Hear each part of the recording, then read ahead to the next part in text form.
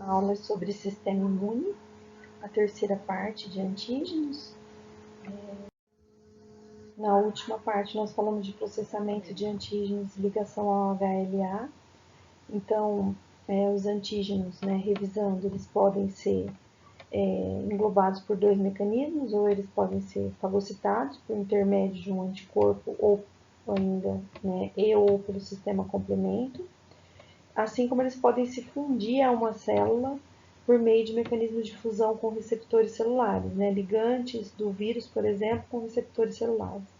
Então, isso aqui a gente coloca como captação do antígeno, aqui ilustrando um antígeno que vai ser um antígeno considerado exógeno, porque ele fica dentro de uma vesícula, e aí ele tem a capacidade de ativar o gene do HLA de classe 2, que é a mesma coisa que MHC, e aí, consequentemente, essa proteína do HLA produzida, ela vai ser expressa na membrana da célula. E aí vai estar apresentando um antígeno que é o linfócito TCD4. Esse mecanismo é um mecanismo que acontece para bactérias, fungos e protozoários. Então, como é que o antígeno é captado por uma APC? Aqui a gente está vendo uma célula apresentadora de antígenos, Ele é captado por meio do complemento, que são proteínas produzidas pelo fígado, ou ele é captado por meio de anticorpo, ou ainda captado pelo sistema em conjunto, complemento anticorpo. Esse antígeno vai ser processado dentro dessa célula, dessa APC, ele vai ser digerido pelo lisossomo, e aí vai ocorrer a biossíntese da proteína do HLA, porque aqui a gente tem o gene, e aqui a gente vai ter a proteína expressa. E aí eu vou ter a associação do peptídeo do antígeno, que é o pedaço proteico dele, com o meu HLA. E o HLA de classe 2, que vem aqui dessa via que a gente chama de via exógena, ele encaixa no linfócito TCD4. E aí o linfócito TCD4 vai dar um aviso, vai liberar citocinas que vão ativar essa APC aqui ao processo de destruição do antígeno ou ao processo de produção de anticorpos. Quando a gente vê o desenho de baixo, eu estou falando, o exemplo é vírus, células tumorais, células envelhecidas, então seria esse mecanismo. Eles entram por fusão nas células, eles entram em células nas quais eles têm receptores. Então, por exemplo, o vírus da hepatite ele tem receptor no hepatócito do fígado, e aí ele consegue se internalizar. E aí o vírus, dentro do citoplasma, dentro do citosol, ele vai liberar peptídeos que vão ativar o HLA de classe 1. E aí o que vai acontecer? A gente vai ter a exteriorização da proteína do HLA de classe 1, que é a mesma coisa que MHC1. E aí esse MHC1 ele tem um encaixe no linfócito TCD8. E aí a gente vai ter a ativação dessa APC aqui. O CD8 ele é um linfócito diferente, ele é um linfócito citotóxico. Então, quando as células são invadidas por vírus, geralmente essa célula hospedeira aqui, ou essa APC, ela vai morrer no final do processo porque o CD8 vai matá-la. Então, esses são sistemas de processamento de antígenos e ligação aí ao HLA, ou, que é a mesma coisa, a gente colocaria igual aqui, ou igual ao MHC, Eu tenho a mesma coisa quando eu falo HLA ou quando eu falo MHC, Então, tanto para o antígeno, que a gente chama de exógeno, ele está como externo ao citoplasma, dentro de uma vesícula, quanto para o antígeno endógeno, que é aquele que está solto no citoplasma. As vias de apresentação podem ser T-dependentes, onde as vias para a produção de anticorpos, eu vou precisar da ativação do linfócito T. Então, eu teria o linfócito B sendo ativado por um linfócito T, e aí ele se diferenciaria em plasmócito e produziria anticorpos. E aí aqui a gente está vendo o exemplo da via T independente, que é a menos comum de ocorrer. Então, ela ocorre quando eu tenho toxinas bacterianas, E aí o próprio antígeno ele consegue se ligar no linfócito B. O linfócito B é uma APC, então ele consegue se ligar nesse linfócito B. O linfócito B aumenta em quantidade, se diferencia numa outra célula que é o plasmócito, uma célula maior, e essa célula secreta a primeira classe de anticorpo de um processo infeccioso, quando a gente tem um agente etiológico, que é o anticorpo da classe IgM. Como são as vias de administração de antígenos nos organismos, Então, quando a gente tem um antígeno que entra pela via epitelial, que é pela pele, né, pela via subcutânea, pela via intradérmica, então todas essas vias aqui, ó, são vias via tegumento, via pele. Eles vão entrar na pele, subcutânea, intradérmica, muscular, né? E aí eles vão fazer o quê? Nestas vias, eles vão ser fagocitados por macrófagos nos tecidos e por células dendríticas, que são células fagocíticas que têm a capacidade de migrar pela via linfática, e vão levar esses antígenos, as dendríticas, até os linfonodos. E nos linfonodos, o que vai acontecer? Os linfonodos são órgãos linfóides secundários, que vão estar cheios de linfócitos, e os linfócitos voltam para esse local da infecção, aqui, para eu ter um mecanismo de imunidade, né? Na verdade, os linfócitos ativando os macrófagos e as dendríticas a estarem eliminando esse antígeno, né? Tá fazendo uma explosão respiratória e a morte do antígeno, a morte da célula junto. Ou ainda esses linfócitos voltam também para o ponto da infecção. Por quê? Porque se a gente tem a fagocítica, na verdade a APC, que é o linfócito B, e aí o linfócito volta aqui para ativar o linfócito B, a diferenciar em plasmócito e produzir anticorpos. Quando o antígeno entra pela corrente sanguínea, geralmente ele é levado até o baço, e aí no baço começam esses mecanismos, né?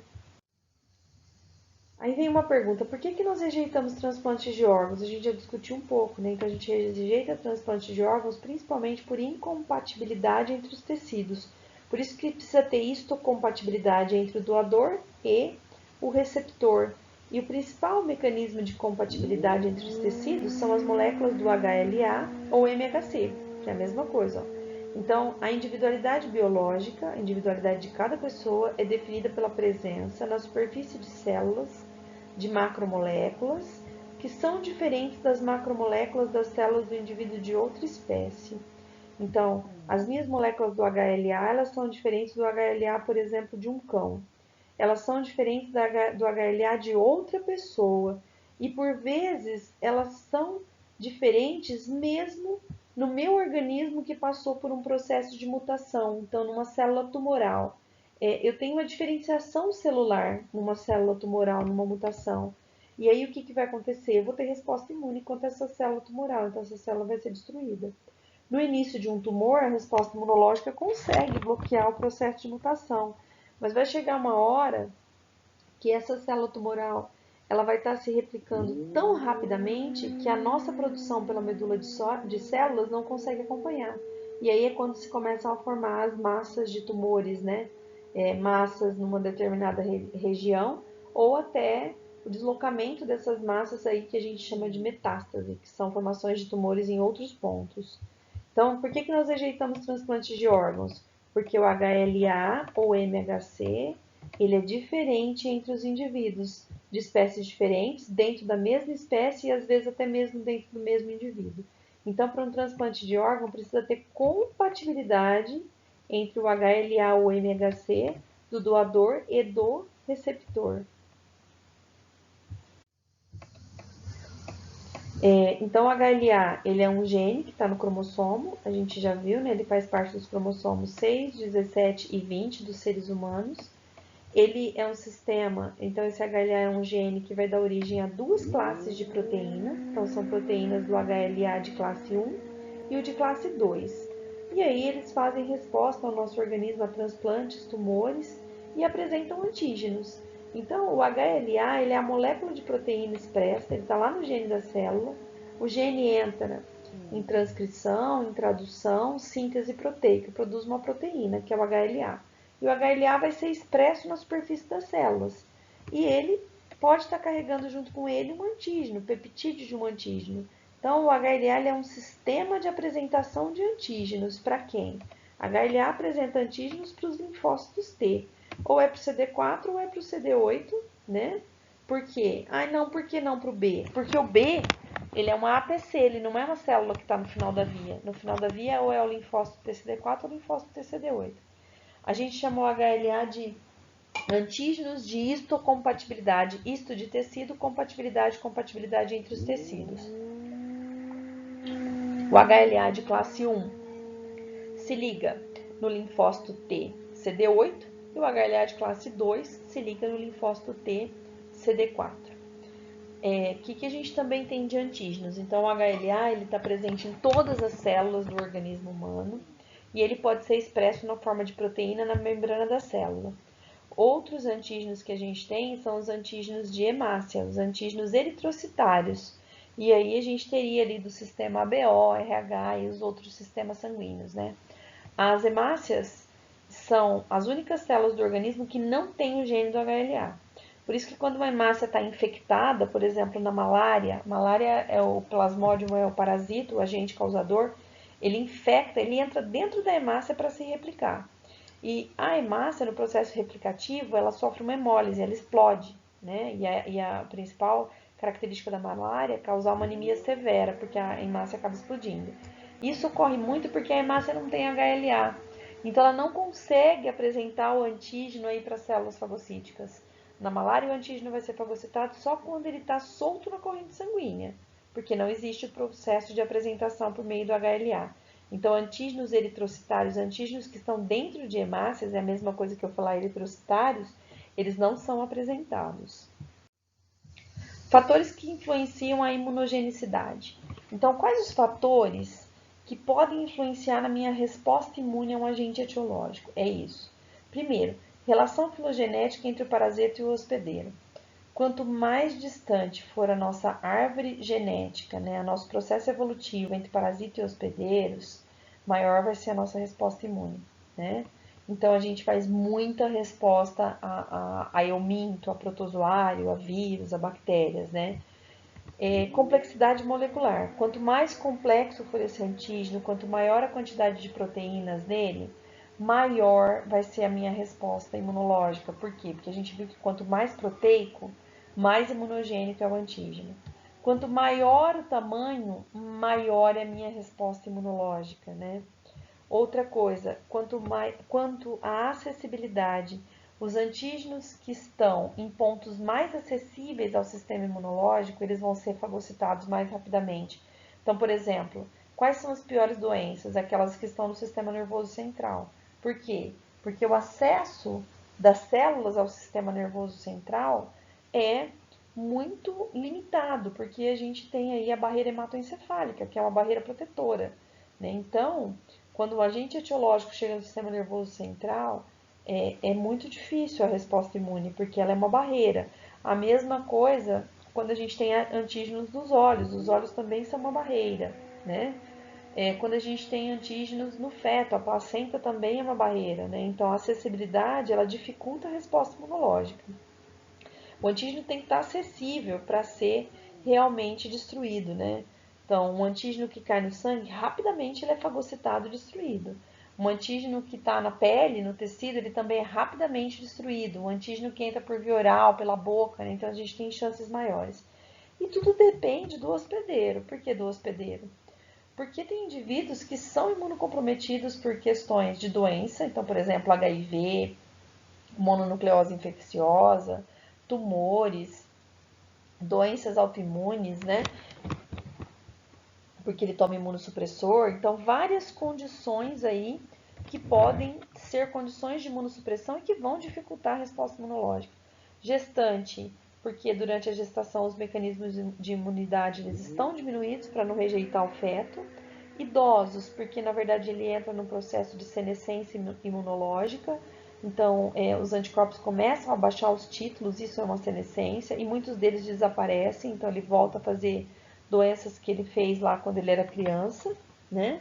E crianças, porque crianças, elas, apesar de terem os anticorpos IgG passados da mãe para elas, esses anticorpos vão desaparecer aos 9 meses. Elas vão estar começando a entrar em contato com os antígenos ambientais e vão começando a utilizar as primeiras vacinas.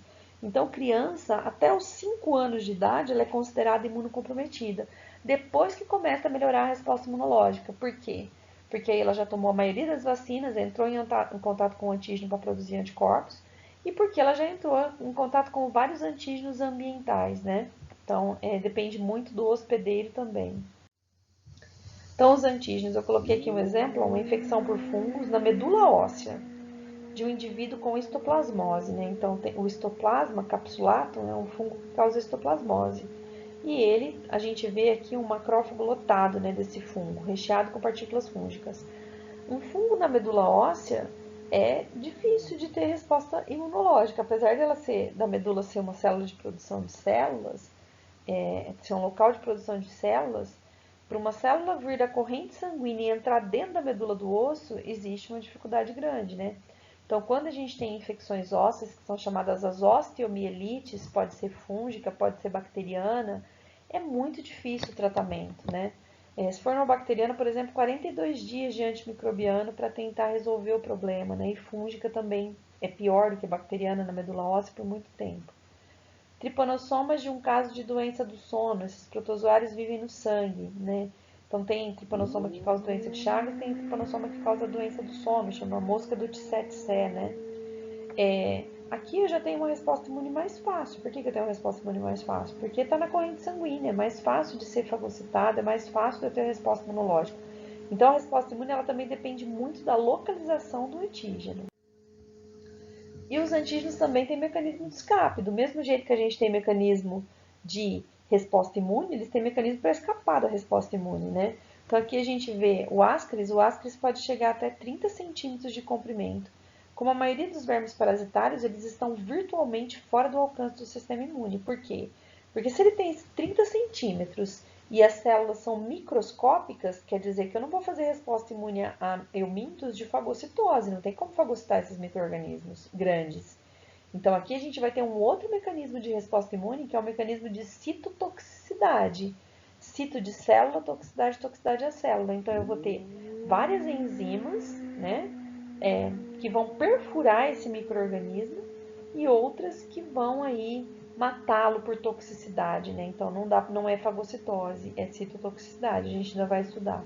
Então os micro-organismos eles podem evitar a fagocitose, eles podem se esconder em pontos do organismo que não são fagocitáveis. Eles podem secretar toxinas e enzimas que matam células do nosso organismo. Eles podem utilizar o macrófago como habitat, ficar morando dentro do macrófago, não deixar o lisossomo romper o fagossomo. Eles podem sobreviver contra o complemento, a gente vai estudar, né, que tem uma fração do complemento que é lítica, que causa lise, então eles podem impedir essa lise. Eles podem fazer uma superexpressão de citocinas no nosso organismo. Citocinas são proteínas que participam da resposta imunológica. Faz uma superexpressão e a gente faz um super processo inflamatório e acaba morrendo de inflamação numa doença infecciosa. Não porque o micro-organismo está causando isso, mas porque o meu sistema imune está tão exacerbado que aí ele acaba destruindo o próprio organismo, né? Pode inibir citocinas também, inibir essas proteínas. Pode evitar o reconhecimento por linfócito, pode evitar o reconhecimento por APC, né? Então tem uma série de mecanismos do antígeno, né? Aqui eu coloquei um exemplo de fuga da resposta imune. A gente vê uma bactéria, que é um agente etiológico, Staphylococcus aureus. É uma bactéria que está presente na nossa pele, ela faz parte da microbiota, na verdade ela nos protege de micro-organismos. Só que, por exemplo, se eu tiver uma lesão e o Staphylococcus que estava lá na minha pele infectar essa ferida, eu vou ter uma infecção, porque aí ele já deixou de ser protetor, ele passou a ser agente infeccioso. E aí, o que a gente estudou? Que os anticorpos teriam que vir aqui e reconhecer esse antígeno. Como é que eles fariam isso? Do jeito que a gente viu, né? Então, o anticorpo vem aqui e reconhece um epítopo aqui presente no antígeno. Quando a gente olha aqui esse anticorpo, ele está invertido. Por que ele está invertido? Porque o lado do Y teria que estar para baixo, reconhecendo o antígeno. Então, o que esses estafilococos fazem? Eles produzem uma proteína A, que é esse quadradinho roxo, e aí essa proteína A, ela se liga nessa fração do anticorpo, que é a fração constante, em vez de o anticorpo se ligar na fração variável. Consequentemente, essa porção aqui do anticorpo, ela teria que se ligar na APC. Foi isso que a gente estudou. Só que a fração do anticorpo que liga na APC é a fração constante, não é a variável. Então, aqui eu não tenho apresentação. Então, ele tem a habilidade de se ligar à porção de fração constante do anticorpo IgG, impedindo, portanto, que ele sirva de fator de opsonização na fagocitose. Então, essa proteína A aqui, ó, a proteína A, ela impede a fagocitose do antígeno. O organismo produz anticorpo, mas ele não vai ser fagocitado. Então, isso aqui é um mecanismo de patogenicidade. A gente não usa o mecanismo de virulência porque a gente está falando de uma bactéria. Então, é um mecanismo de patogenicidade. A gente só fala que é um mecanismo de virulência quando a gente está falando de vírus. Outros mecanismos de escape, né? Então, o antígeno tem uma cápsula que impede a fagocitose, né? Ele produz toxina que mata o macrófago. Ele não deixa ocorrer a apresentação por meio de anticorpos, olha lá, ó, mostrando a proteína A, né? Não consegue apresentar. Inibe o lisossomo, não deixa o lisossomo destruir, lisar o fagossomo, né, para ativar o HLA ou MHC. Então, a bactéria da tuberculose faz isso, da lepra, do toxoplasma, fica morando dentro do macrófago. Inibe a eliminação oxidativa, não deixa ocorrer a explosão respiratória. E escape para o interior do citoplasma, fica morando dentro da célula. Então, a gente tem infinitos mecanismos de escape. E devido a esses mecanismos de escape, que muitas vezes o indivíduo não consegue fazer uma resposta imune adequada e não consegue evoluir para a cura. Por isso que quando a gente pensa de resposta imune a agentes etiológicos, a gente tem que levar em consideração que depende muito do organismo, do hospedeiro. Por isso que as pessoas respondem tão diferente a doenças iguais, né? Então, por isso que uma doença tem a capacidade de levar um indivíduo a uma doença crônica e ao óbito, e no outro indivíduo ele evoluir rapidamente à cura. Tanto por mecanismo do hospedeiro como por mecanismo de escape. Avaliando o quiz a gente já discutiu e com isso a gente termina essa parte de antígeno.